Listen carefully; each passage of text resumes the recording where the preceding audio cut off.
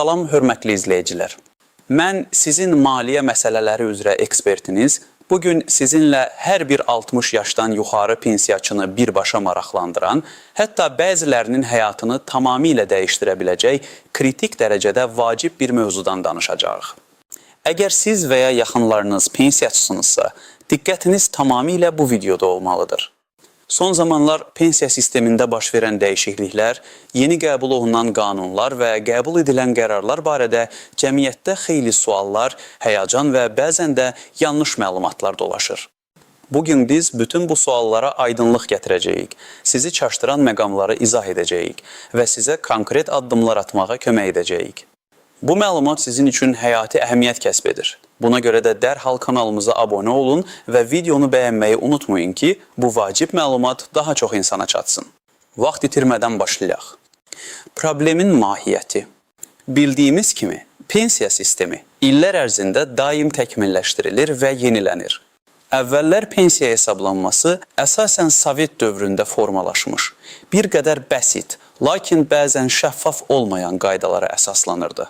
Əsasən ümumi iş stajı və son 5 ilin əmək haqqı nəzərə alınırdı. Bu sistemdə bəzi boşluqlar və ədalətsizliklər mövcud idi. Məsələn, bəzi vətəndaşların sığorta ödəmələri tam qeydə alınmırdı və ya qeyri-formal məşğulluq illəri heç nəzərə alınmırdı. Bu da onların layiqli pensiya almamasından şikayətlənməsinə səbəb olurdu. Bu sistemdə mövcud olan boşluqlar və bəzi ədalətsiz yanaşmalar zaman keçdikcə daha qabarıq şəkildə özünü büruzə verirdi. Məhz bu səbəbdən də müəyyən bir yaş həddinə çatmış və uzun illər çalışmış insanların həqiqətən də layiqli pensiya almasını təmin etmək məqsədi ilə sistemin köklü şəkildə dəyişdirilməsinə ehtiyac yaranmışdı. Lakin son illərdə, xüsusilə də son bir neçə ayda Azərbaycan Respublikasının qanunvericiliyində pensiya təminatı ilə bağlı bir sıra əhəmiyyətli dəyişikliklər edilib. Bu dəyişikliklər bir neçə əsas məqsəd daşıyır. Pensiya sistemini daha şəffaf etmək, ədalət prinsipini gücləndirmək, pensiyaların ölkənin real iqtisadi vəziyyətinə uyğunlaşdırılmasını təmin etmək və ən əsası vətəndaşların sosial müdafiəsini daha effektiv şəkildə təmin etmək. Yeni yanaşma beynəlxalq standartlara daha uyğundur və vətəndaşların pensiya hüquqlarının fərdiləşdirilməsinə xidmət edir. Əsas yeniliklərdən biri pensiya hesablanması mexanizminin tamamilə yenidən qurulması, sığorta stajının rolunun artırılması və pensiya kapitalının əhəmiyyətinin vurğulanmasıdır. İndi pensiyanın məbləği daha çox hər bir vətəndaşın öz şəxsi sığorta hesabında toplanmış vəsaitlərdən asılı olacaq. Bu o deməkdir ki, pensiyaçı nə qədər uzun müddət rəsmi şəkildə işləyib və nə qədər yüksək sosial sığorta ayırmaları edibsə, onun pensiya kapitalı bir o qədər çox olacaq və buna müvafiq olaraq pensiyası da bir o qədər yüksək olacaqdır. Bu, həm aktiv işləyənlər üçün, həm də artıq pensiyada olanlar üçün böyük dəyişiklik deməkdir. Bu dəyişikliklər hər bir pensiyaçının həyatına təsir edəcək. Bəziləri üçün müsbət, bəziləri üçün isə müəyyən addımlar atmağı tələb edəcək. Yeni sistem hər kəsin öz pensiya gələcəyi üçün daha çox məsuliyyət daşımasını təşviq edir və insanların rəsmi məşğulluğa üstünlük verməsini təmin edir. Bu səbəbdən də hər kəs bu yeniliklərdən xəbərdar olmalı və öz hüquqlarını bilməlidir. Əsas hissə 1. Ətraflı təhlil. Yeni pensiya sistemində bilinməli olan əsas məqamlar nələrdir? Birincisi, pensiya təminatı hüququ verən minimum sığorta stajı tələbi və bu stajın necə hesablanması prinsipi daha da qabardılıb. Əvvəllər ümumi iş stajı deyilən bir anlayış var idisə, indi daha çox sığorta stajına, yəni sizin üçün sosial müdafiə fonduna ödənilmiş sosial sığorta haqlarına diqqət yetirilir. Bu o deməkdir ki, qeyri-rəsmi işləyənlər və ya sığorta haqları ödəmədən çalışanlar üçün bu dəyişikliklər xüsusilə həssas ola bilər. Çünki onların əvvəllər qeyri-rəsmi formada çalışdıqları dövrlər sığorta stajına daxil edilməyəcək. Bu isə birbaşa onların pensiya hüququna və ya pensiyanın məbləğinə təsir edəcək. İkincisi, pensiya kapitalı anlayışı ön plana çıxır.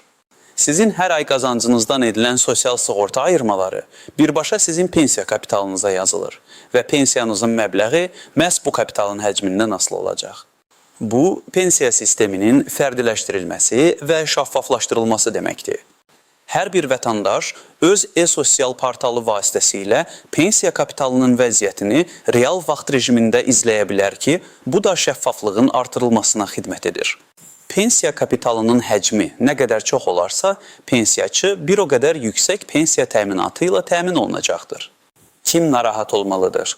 Əsasən sənədlərində boşluqlar olan, iş stajını tam sübut edə bilməyənlər, yaxud müəyyən dövrlərdə rəsmi qeydiyatsız işləyənlər narahat olmalıdırlar. Məsələn, əmək kitabçasında yanlışlıqlar, möhürlərin aydın olmaması və ya bəzi iş dövrlərinin sənədləşdirilməməsi ciddi problemlər yarada bilər. Həmçinin minimum sığorta stajı tələbinə uyğun gəlməyənlər də diqqətli olmalıdır.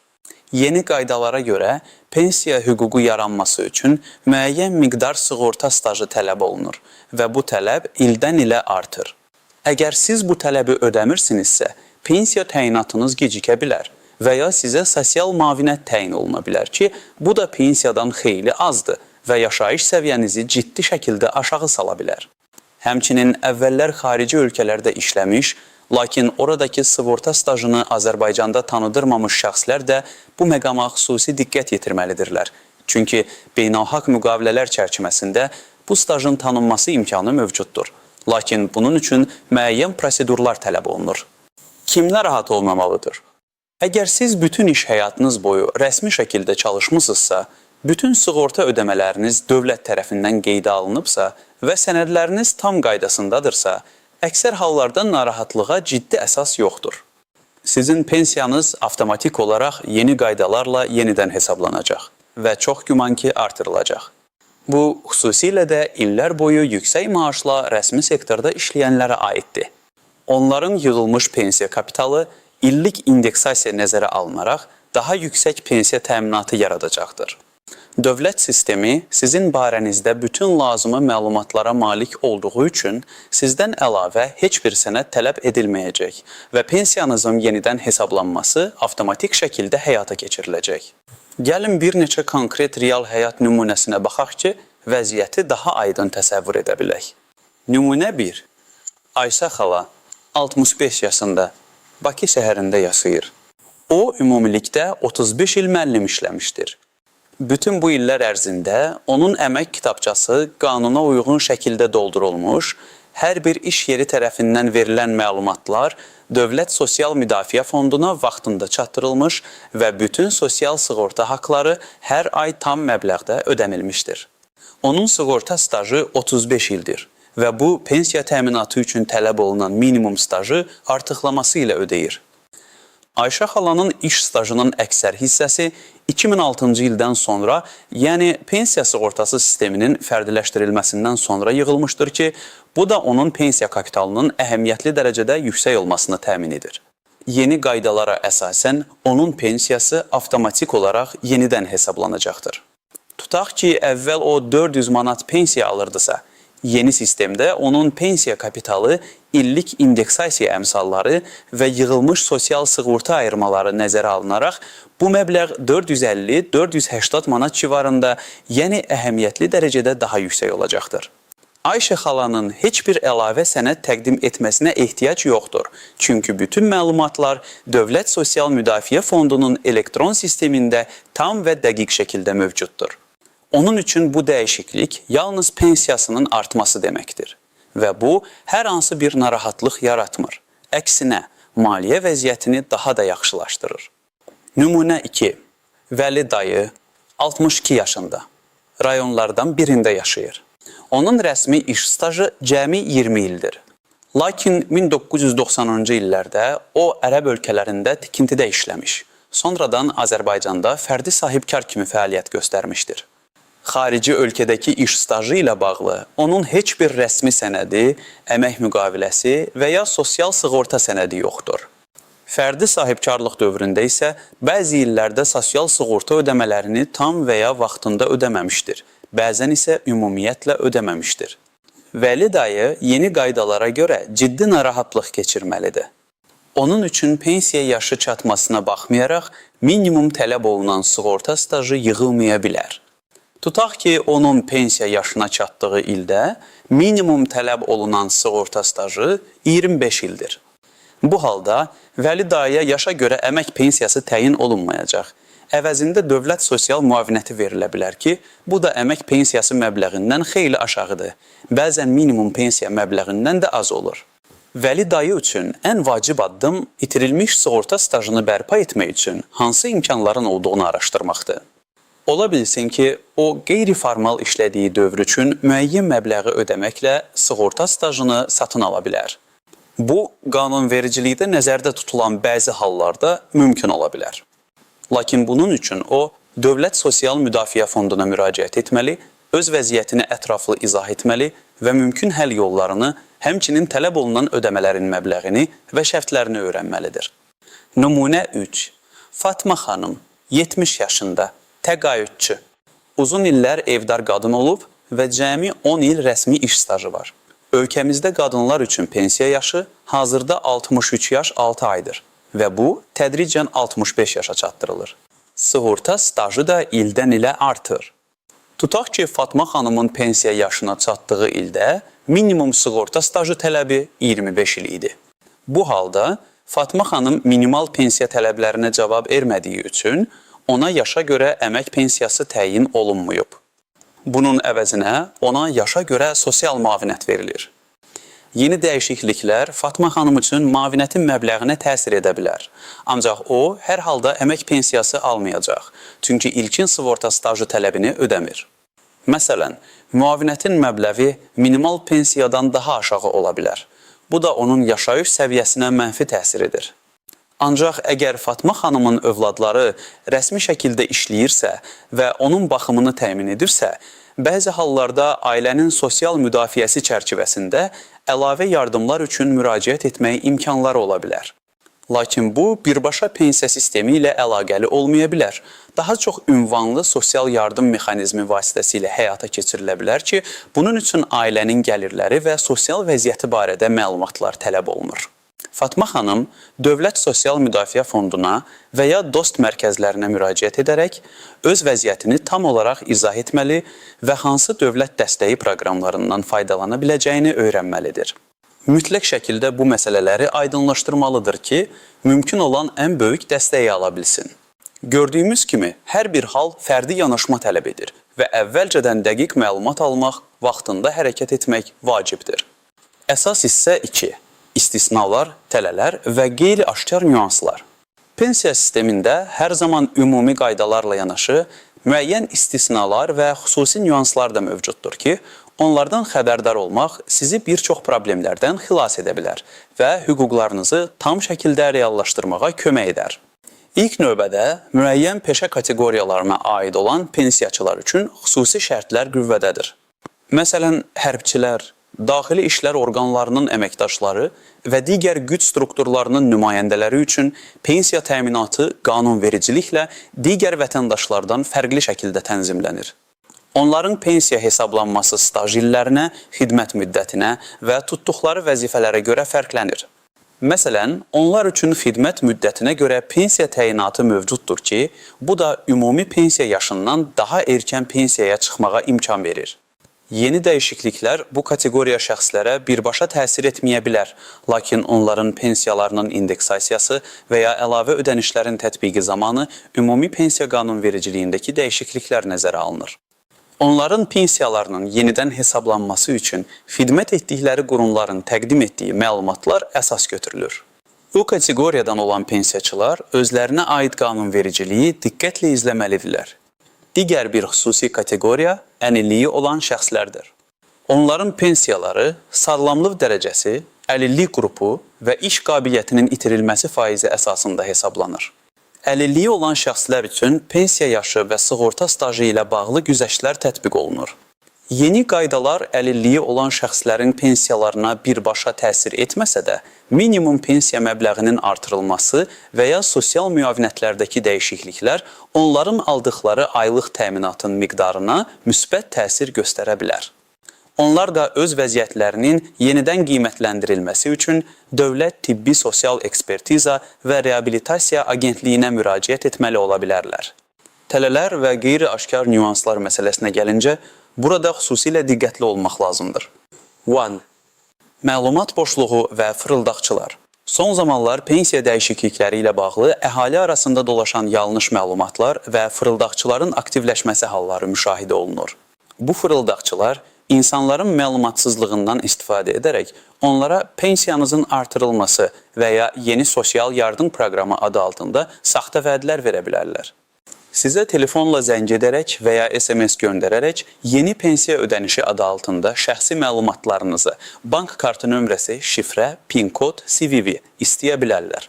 Yadda saxlayın, Dövlət Sosial Müdafiə Fondu və ya hər hansı digər dövlət qurumu sizdən heç vaxt bu cür məxfi məlumatları telefonla, SMS vasitəsilə və ya sosial şəbəkələr üzərindən soruşmaz. Bütün rəsmi məlumatlar yalnız şəxsiyyət vəsiqənizi təqdim etməklə, müvafiq dövlət qurumunda şəxsən müraciət etməklə və ya elektron hökumət portalı vasitəsilə təhlükəsiz şəkildə əldə edilir. Əgər belə bir halla qarşılaşsanız, dərhal şübhəli şəxsi bloklayın və heç bir məlumatınızı verməyin.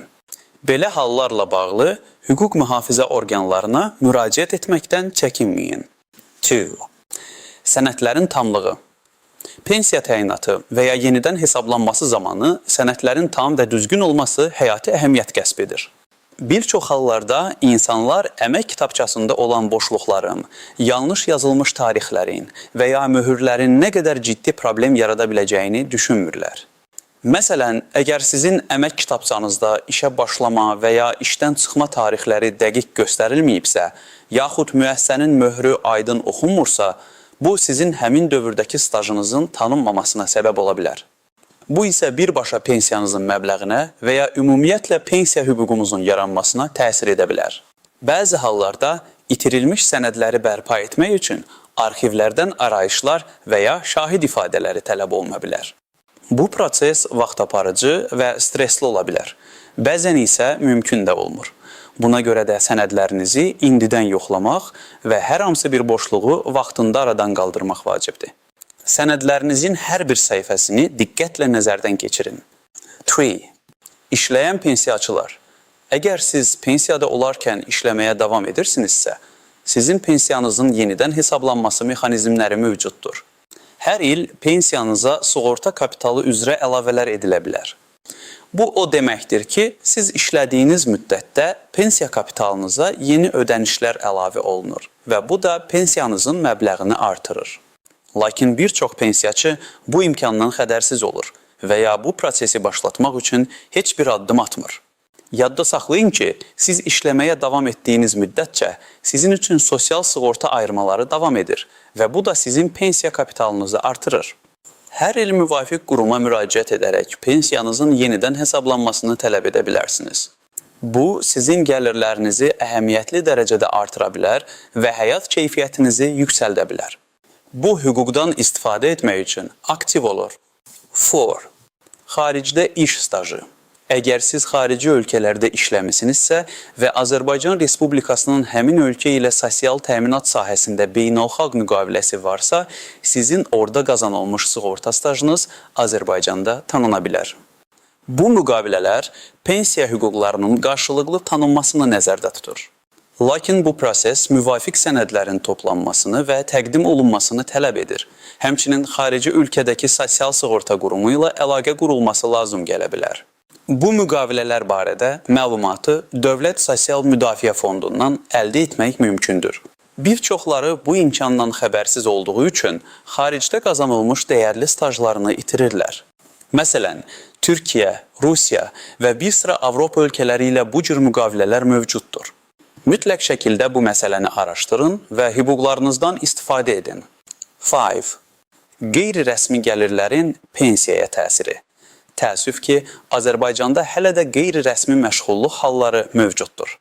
Əgər siz gəncliyinizdə və ya hətta son illərdə rəsmi qeydiyatsız işləmisinizsə, bu dövrlər sizin sığorta stajınıza daxil edilmir və pensiyanızın məbləğinə təsir etmir. Bu, gələcəkdə alacağınız pensiyanın xeyli az olmasına səbəb olur. Dövlət, bu problemin həlli üçün müəyyən mexanizmlər təklif etsə də, məsələn, pensiya stajının alınması imkanları, əksər hallarda bu stajı bərpa etmək çətin olur və ya əlavə maliyyə xərcləri tələb edir. Buna görə də gələcək pensiyanızı düşünərək hər zaman rəsmi məşğulluğa üstünlük verməyiniz, əmək müqaviləsi olmadan işləməməyiniz vacibdir. Bu, həm sizin sosial təminatınız, həm də pensiya hüquqlarınızın müdafiəsi üçün fundamental əhəmiyyət kəsb edir. Bu nüanslar pensiya sisteminin mürəkkəb tərəflərini göstərir və hər bir pensiyaçının öz vəziyyətinə diqqətlə yanaşmasını, məlumatlı olmasını və lazımi addımları atmasını tələb edir. Praktiki məsləhət. Bəs bütün bu məlumatlar işığında siz nə etməlisiniz? Konkret addımlar atmaq üçün sizə ətraflı təlimat verəcəyəm. Bu addımlar sizin pensiya təminatınızı optimallaşdırmaq və potensial problemlərdən qorunmaq üçün kritik əhəmiyyətə malikdir.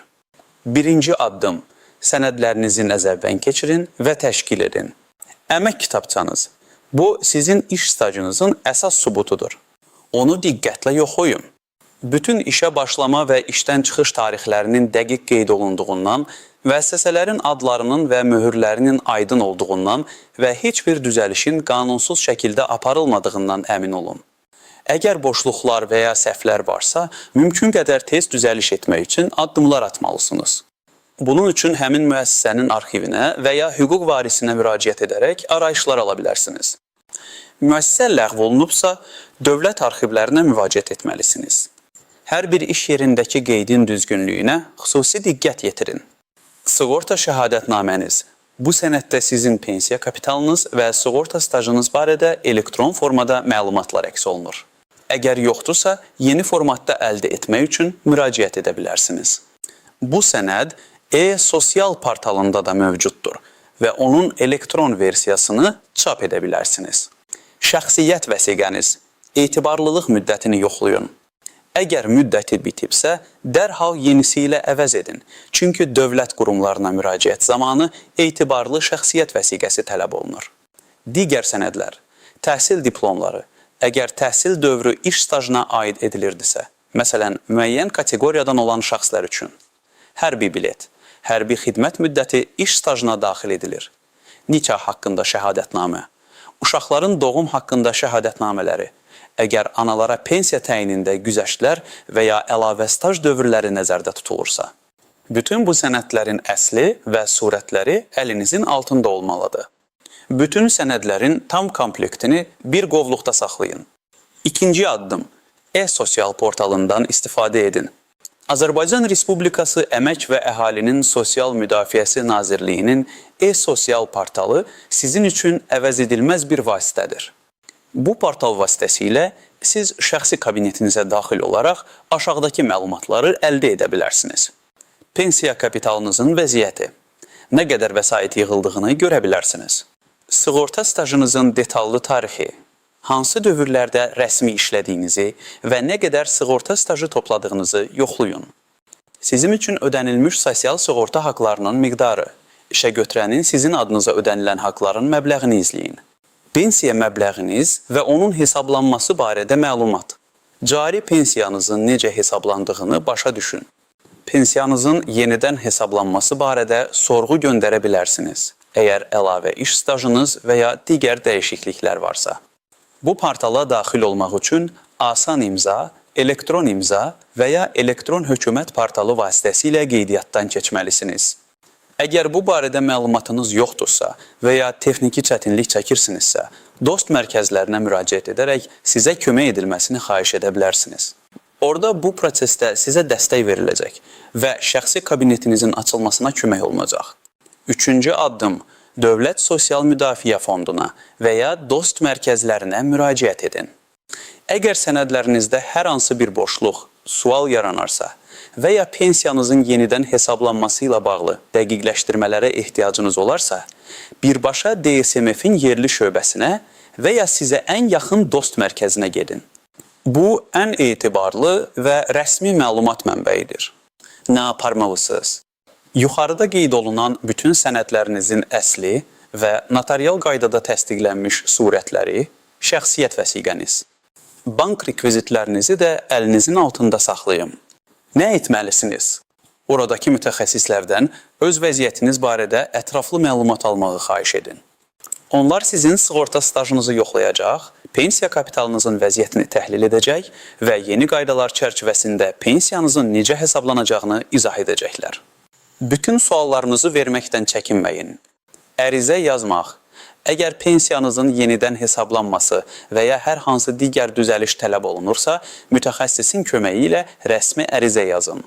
Ərizənin 2 nüsxədə olmasını təmin edin və bir nüsxəsini qəbul edən şəxsin imzası, möhrü və qəbul tarixi ilə özünüzdə saxlayın. Bu, gələcəkdə hər hansı bir mübahisə yaranarsa, sizin üçün hüquqi sübut rolunu oynayacaq. Qəbul edilmiş ərizənin qeydiyyat nömrəsini də əldə etməyi unutmayın. Məsləhət, səbirli olun və bütün suallarınızı dəqiqləşdirin. Mütəxəssislərdən konkret cavablar istəyin və verilən izahatları yazın. E-sosial portalındakı məlumatlarla onların sizə verdiyi məlumatları müqayisə edin. 4-cü addım, qanunvericiliyi izləyin. Pensiya qanunvericiliyi dinamikdir və daim yenilənə bilər.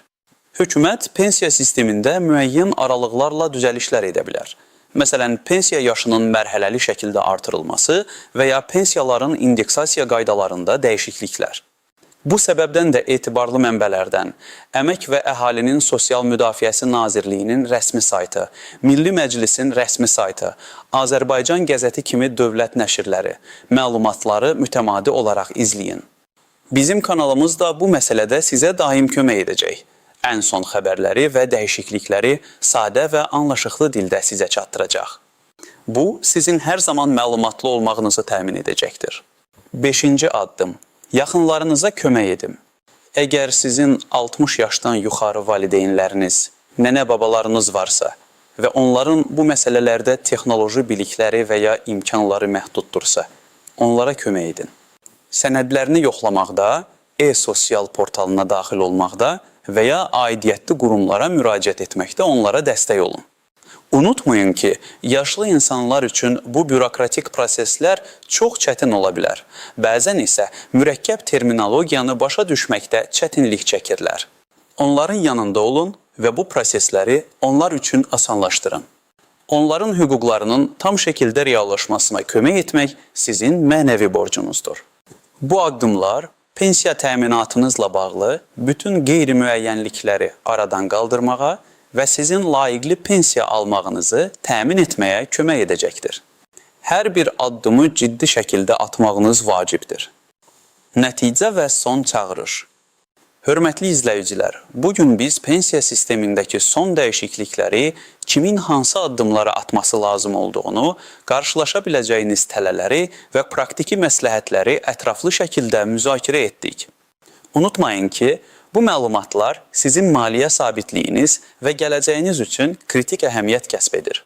Bilikli olmaq və vaxtında hərəkət etmək sizi bir çox potensial problemdən qoruya bilər. Bu video sizin üçün bir bələdçi rolunu oynasın, yol göstərsin. Öz pensiya hüquqlarınızı tam şəkildə reallaşdırmaq üçün aktiv olun, sənədlərinizi qaydaya salın və aidiyyəti orqanlarla ünsiyyətdə olun. Bizim kanalımız sizə hər zaman dəqiq və etibarlı məlumatlarla kömək etməyə hazırdır. Bu video sizə faydalı oldusa, xahiş edirəm fikirlərinizi şərhlərdə yazın. Videonu bəyənin və kanala abunə olun ki, gələcəkdə daha çox belə vacib məlumatı əldə edə biləsiniz. Diqqətiniz üçün təşəkkür edirəm və növbəti videolarda görüşənədək.